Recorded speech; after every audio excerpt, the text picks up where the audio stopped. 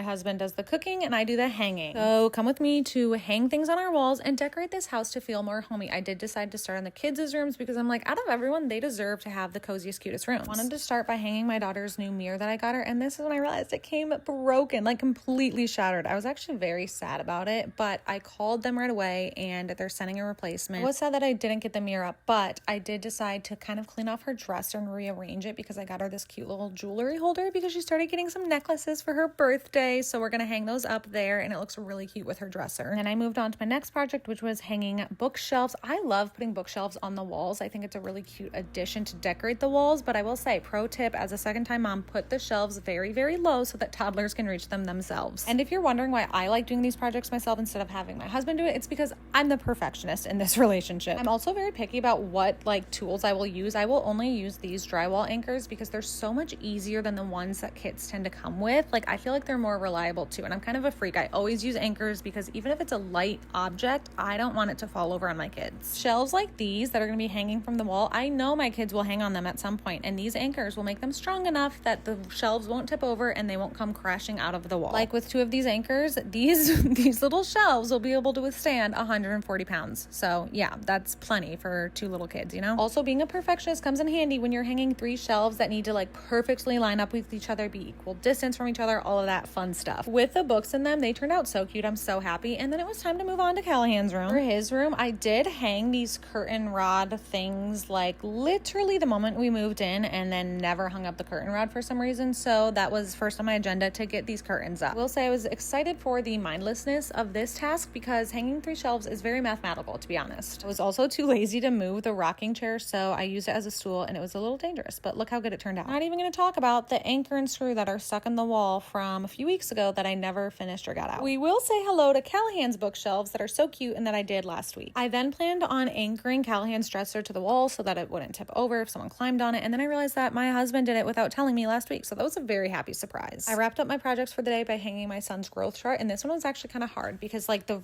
ruler starts at 1 foot, so you have to make sure it's hung on the wall to the exact right heights, but also the screw's in the middle of the ruler, but the name adds to the widthness of the thing, so figuring out where to put the screw was so difficult. And I did get it up on the wall, but I will say the height is half an inch off, so oopsies. But being the perfectionist I am definitely going to fix that next week.